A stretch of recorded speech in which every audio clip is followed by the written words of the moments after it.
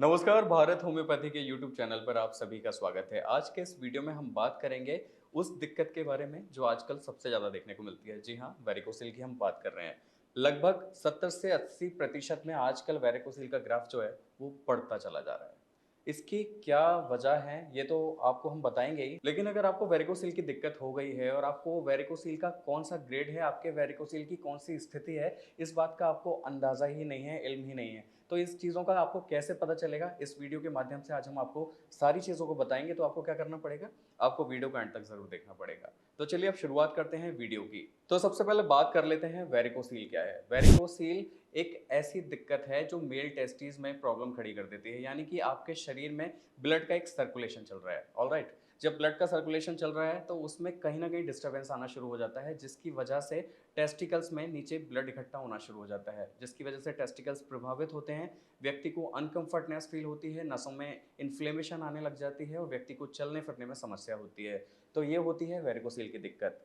अगर आपको वेरिकोसील की ये दिक्कत हो रही है, अब आपको अंदाज़ा कैसे लगेगा कि आपको कौन-सा ग्रेड है और कौन-सा नहीं है? तो प्राइमरी अगर स्टेज की बात करें, यानी कि हम स्टार्टिंग की बात करें, तो वेरिकोसील ग्रेड 1 की हम बात कर लेते हैं। तो इसमें आपको कैसे पता चल सकता है? तो जब भी आप अपने टेस्टिकल्स पे हाथ लगाते हैं, आप उसको छूते हैं, आप उसको हल्का-सा भी हाथ टच करेंगे, तो आपको ऐसा लगेगा जैसे उसमें नसों में फुलाव हो रहा है, नसों जैसा कुछ गुच्छा आपको उसमें महसूस होगा।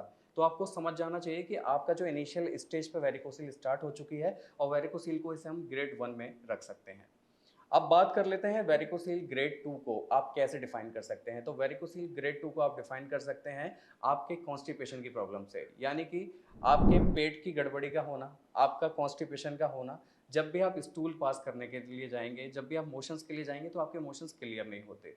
साथ ही क्या होगा, आपका स्टूल पास करने में आपको इतना प्रेशर लगाना पड़ेगा जिसकी वजह से आपका पेल्विक एरिया पूरा स्वेल्ड होने लगेगा, उसमें खिंचाव उत्पन्न होने लगेगा, जो वजह बन जाएगा वेरिकोसील ग्रेड 2 की। तो अगर आपको लग रहा है कि आपके साथ ये सिचुएशन बनी हुई है, तो आपको समझ जाना चाहिए कि ये वेरिकोसील ग्रेड 2 की स्थिति आपके लिए हो सकती है।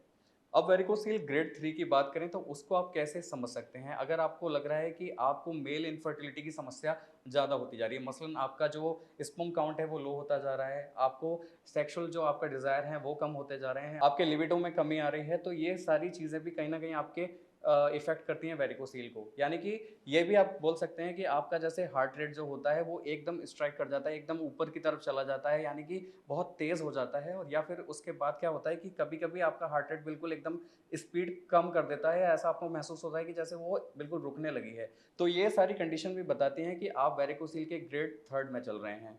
अब बात कर लेते हैं वेरिकोसील ग्रेड 4 की, यानी कि ये वो कंडीशन है जो माइल्ड से लेकर आपको सीवियर तक हो जाती है, यानी कि उस कंडीशन में व्यक्ति काफ़ी ज़्यादा परेशान हो जाता है, काफ़ी ज़्यादा तिलमिलाता भी है। क्योंकि होता क्या है कि जब आपको वेरिकोसील का पेन होता है तो वो धीरे-धीरे करके इतना सीवियर हो जाता है कि व्यक्ति फिर इतना ज़्यादा परेशान होता है कि उसे कुछ समझ ही नहीं आता कि मेरे साथ ये हुआ क्या? एक्चुअल में कंडीशन वही है कि जो उनके टेस्टिकल्स होते हैं, वेरिकोसील में जो दिक्कत होती है टेस्टिकल्स की, उसमें इतना ज़्यादा साइज़ इंक्रीज़ होने लगता है जिसकी वजह से व्यक्ति को काफ़ी ज़्यादा सीवियर पेन होना शुरू हो जाता है, जो वेरिकोसील 4th ग्रेड का सबसे बड़ा एग्ज़ाम्पल हो सकता है। तो इन चारों ग्रेड के हिसाब से आप जान सकते हैं, इन चारों सिचुएशन के हिसाब से आप जान सकते हैं कि आप वेरिकोसील की किस कंडीशन में हैं। आप वेरिकोसील ग्रेड 1 में हैं, 2 में हैं, 3 में हैं या फिर आप 4 में हैं। यानी कि माइल्ड से लेकर सीवियर तक की पोजीशन हमने आपके साथ में डिस्क्राइब की। अगर आपको लग रहा है कि आपको कोई भी इस तरह की समस्या है तो तुरंत आप मेडिकल कंसल्टेशन ले सकते हैं, क्योंकि इसमें आपको देरी नहीं करनी चाहिए, क्योंकि समस्या क्या है, धीरे-धीरे बनना काफ़ी शुरू हो जाती है और जो आगे जाके आपके लिए काफ़ी